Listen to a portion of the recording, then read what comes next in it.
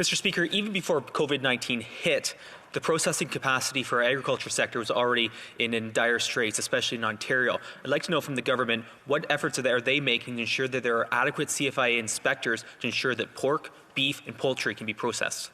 The Honourable Deputy Prime Minister.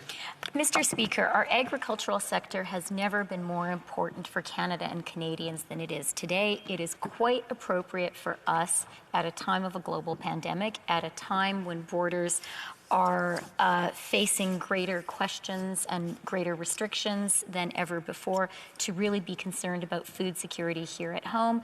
That is why we are very focused on supporting agricultural workers, supporting farmers, and definitely supporting the food processing sector. The Honourable Member for Perth Wellington.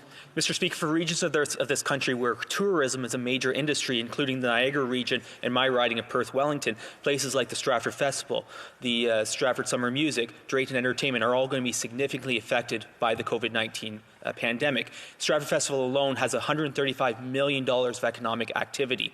In the past, during the SARS crisis and during the 2008-2009 economic downturn, the government brought forward plans to deal with this sector, which includes the tourist sector, the arts and culture sector, and the hospitality sector that are all affected. What plans will the government bring forward specifically for these sectors?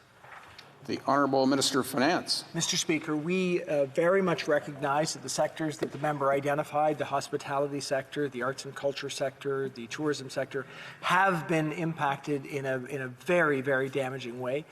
There are other sectors as well, sectors like the airline sector, the energy sector that are significantly impacted.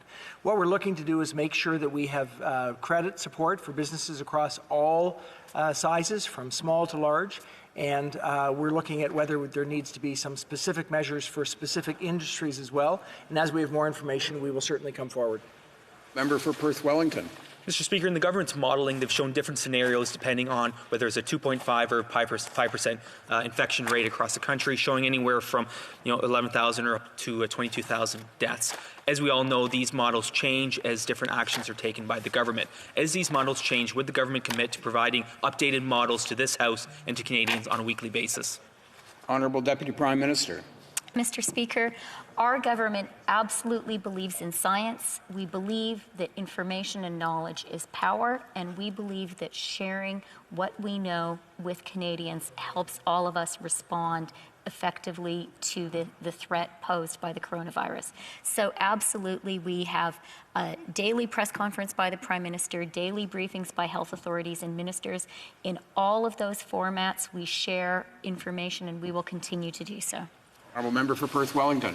Mr. Speaker, every day I hear from seniors in my riding who are affected by the COVID-19 crisis, particularly some who are very concerned about their RRSPs, their retirement savings, who have taken a major hit. Will the government consider lessening the RIF requirements beyond what's been already proposed?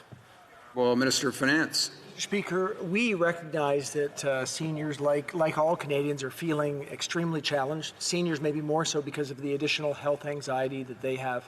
Not only have we lowered the amount that they are required to take out of their registered retirement income fund, we also know that what we did with the GST low-income tax credit has a very significant positive impact on seniors, helping far more than the majority, past 80% of those that are in a single situation and almost 50% in a couple situation. So these are important measures to help. We will be considering other things we can do, and importantly, to support the health sector, to support seniors. Member for Perth Wellington. Mr. Speaker, this House has asked the Auditor General to undertake important work on its behalf. Currently, the Auditor General of Canada is an interim appointment. Would the government make his appointment permanent, effective immediately? The Honourable Minister of Finance. Mr. Speaker, we did make an interim extension on the Auditor General because we thought that was appropriate at this moment in time. We will consider what the next steps are appropriately as we have the time to do so, but we do think that the current status allows him to continue to do his important work for all of us in Parliament.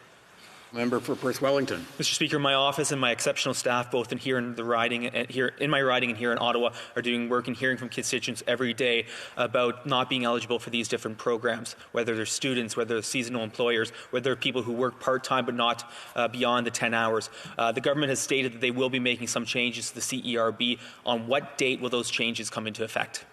The Honourable Minister of Employment. Thank you, Mr. Speaker.